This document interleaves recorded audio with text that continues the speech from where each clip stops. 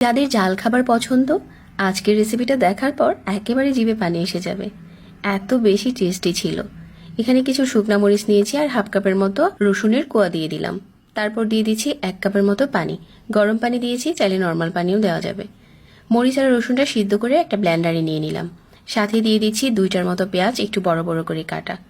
ভালো করে ব্লেন্ড করে নিয়েছি এই মিশ্রণটা। এখন দেখতে ঠিক এরকম হয়েছে। একটা প্যানে পরিমাণ মতো তেল দিয়ে দিচ্ছি, 1/4 কাপের মতো হবে।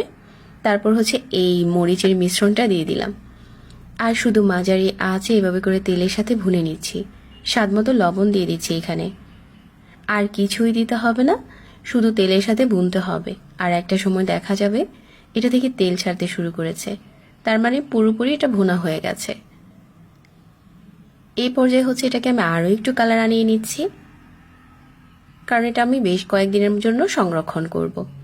চাইলে কিন্তু এটা গরম ভাতের সাথে খাওয়া যায়, আবার একটুখানি নুডলস সিদ্ধ করেও উপরে দিয়ে দিতে পারে যাদের কাছে স্পাইসি খাবার বেশি পছন্দ।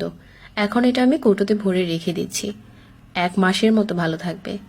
আর গরম ভাতের সাথে যখন বাসায় কিছুই থাকবে না, খেলে কিন্তু দারুণ লাগে।